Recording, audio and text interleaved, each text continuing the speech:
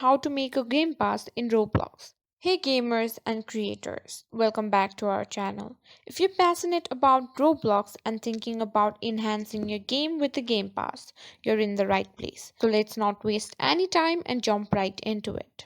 First things first, go to your Roblox web page and log in into your account. Then tap on Create. Then you'll be entered in Creators Hub. Then head to Creation section.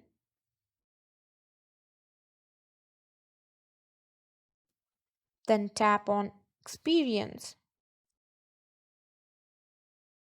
Here you can create an experience or just choose whatever there already is. Scroll down until you find passes. Then click on Create a Pass. Here you can upload a picture, create a name,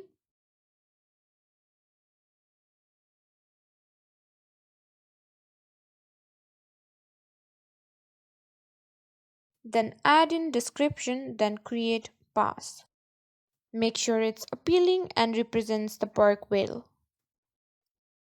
Give your game pass a catchy name and a detailed descriptions to entire players. Tap on it, then tap on sales if you want to sell the game pass.